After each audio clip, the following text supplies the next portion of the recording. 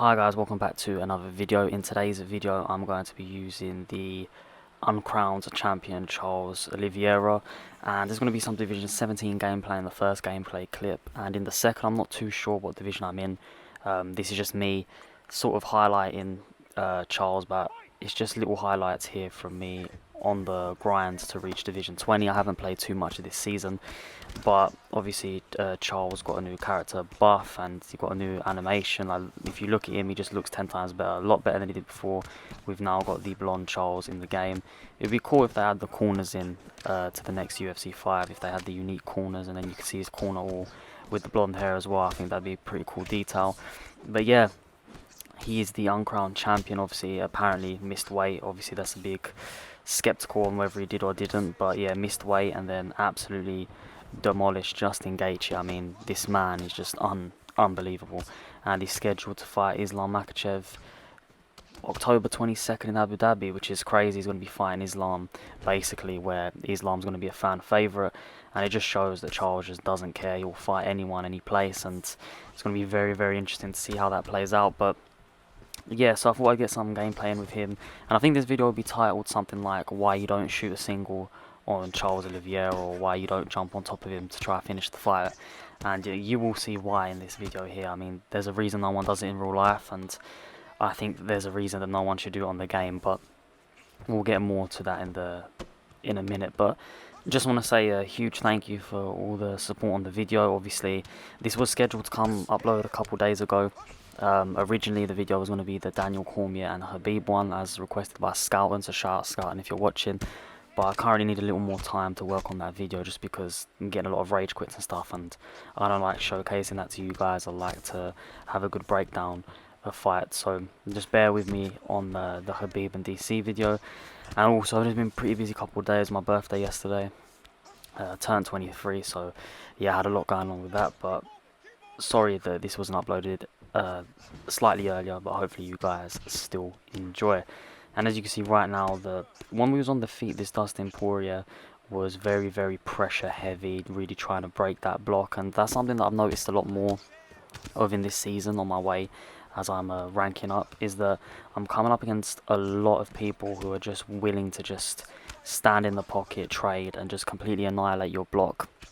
And it's very, very hard to deal with at times, and you can see that's why I worked for the takedown here, because he isn't a very effective style, although it is annoying when opponents look to continuously block break and abuse certain things. It's viable, and when people are playing online, they're not really looking to fight realistically. They just want to get their points up and reach Division 20. So if you did catch my last upload, you'll see exactly what I mean by that, how people fight in Division 20. And I'm starting to see that earlier and earlier throughout the divisions now. Like, I'm coming up against, when I was on the come up, I was playing people in Division 10, and they were trying to abuse everything possible to win. It's just crazy, but obviously that's something that people are looking to do. But yeah, decent-ish first round there. You can see that good control time, working on the ground, and coming into round 2, stamina's in a very good position. You can't get complacent against Dustin just because of how good Dustin Poirier is. I mean, Dustin off his back is still very, very good. I'm not worried, because I am Charles, so I'm not worried about being anywhere on the ground with Charles. So in that aspect, it doesn't matter. But Dustin transmits a lot of power in his hands, and once your block is whittled away, it's going to become easier and easier for Dustin to eventually finish the fight. And you can see that I'm really trying to incorporate the things Charles uses in his fights. I'm throwing that weird crane kick to the body, I will throw it to the head. I'm clinching and throwing those beautiful knees to the midsection, which Charles does a phenomenal job of in real life.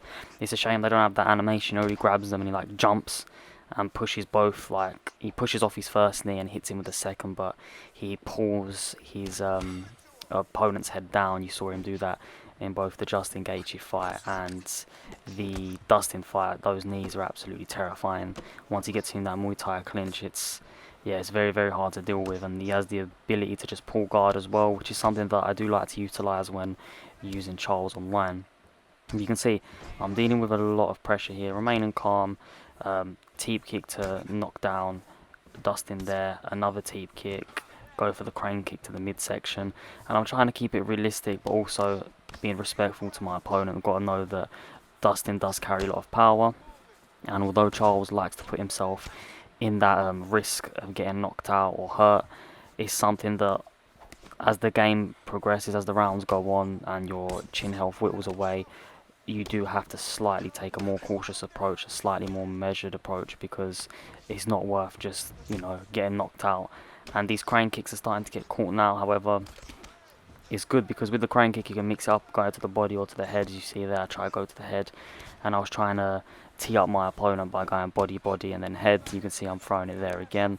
The only thing is it does drain your stamina quite a lot throwing them types of kicks, so it's something that you've got to be wary of. And if your opponent sidesteps that, you'll be in a lot of trouble. So definitely don't spam it, but definitely look to increment it because it is a very useful tool.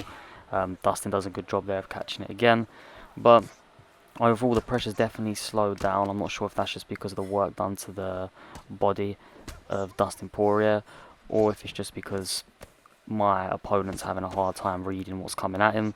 But either way, it's working out in my favour, slowing down Dustin. You can see landing some more leg kicks as well. When we are exchanging, I feel like I'm getting the better of the exchanges. Great combination there from Dustin, and you can see that whatever range I'm in, I'm just trying to throw, but be very calculated with what I throw, because I don't want to get caught. And a lot of the times I am getting caught is with uppercuts, and that's something that I definitely need to work on. You can see that the crane kick finally lands. I tease a little clinch submission there. I tease that little guillotine, and that's one thing that Charles has, that as soon as someone's hurt and their neck drops to where he can wrap up that guillotine, then that person's going to be in extreme danger. And that's something that I definitely try to replicate when using Oliveira online, because when you get into that clinch, if you can wrap up that submission, then they're going to be in big problems. You can see early stun there for Dustin, so this round's already started off significantly better than the last for Dustin Poirier, and I feel like Dustin's punches are just absolutely melting my block at this point. You can see I'm trying to trade back, I'm trying to fire. Good head movement there from Dustin, trying to go up top with that head kick. And I've got to be careful here, because although I had a very good round 2, it's very evident that Dustin's power is still transmitting across in this third round here, and it won't take too much of that to put us the finish on this fight. And if he gets a knockdown, I'm not sure how the first round was scored. You can never really rely on the judges, so I've really got to be careful here. I've got to take a more measured approach. You can see I'm absorbing a lot of strikes right now on my block, trying to counter here, but for some reason Charles doesn't feel too fast. That knee there landed and done a lot of damage, so I clinched up and kneed again to that midsection, and I know that Dustin's body's really hurting right now. Done a good job there to evade the clinch, and then a knee for Dustin even trying to attempt that there.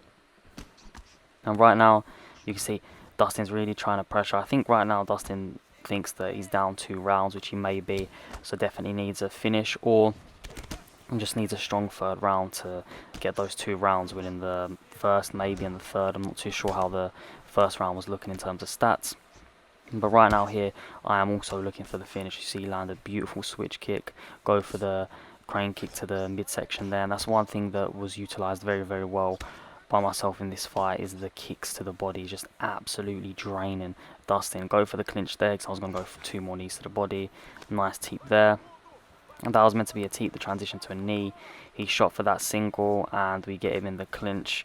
Go for the clinch submission and get it here. Now, if you don't know how to get out of that, I believe you just need to walk away from your opponent or hold R2. So when you're ever in that position and they will deny, and the best thing to do is, if you get caught in this submission, is not to panic whatsoever.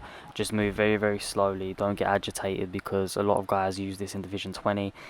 Some of the, let's say, more cheesy fighters that abuse certain things, but yeah, you've just got to remain calm, and you can get out of that submission. Obviously in that instance there, Dustin Poirier didn't have the best stamina level, and because of that it was easier to lock in that submission, and my opponent wasn't using the right strategies in order to get out of that submission, moving very fast and allowing me to follow him, and that made it very easy to get that submission finish locked in. And this fight here, I am starting in the 2nd round, and the reason for this is just because I did not have the footage of that first round. The recording time sort of cut out. First round, I believe Justin Gaethje had a solid first round, was definitely getting the better of me in this fight. My opponent doing a very good job. Justin's obviously very heavy-handed. You can see I'm doing a better job when it comes to working in the leg kicks, and I've already been knocked down this round.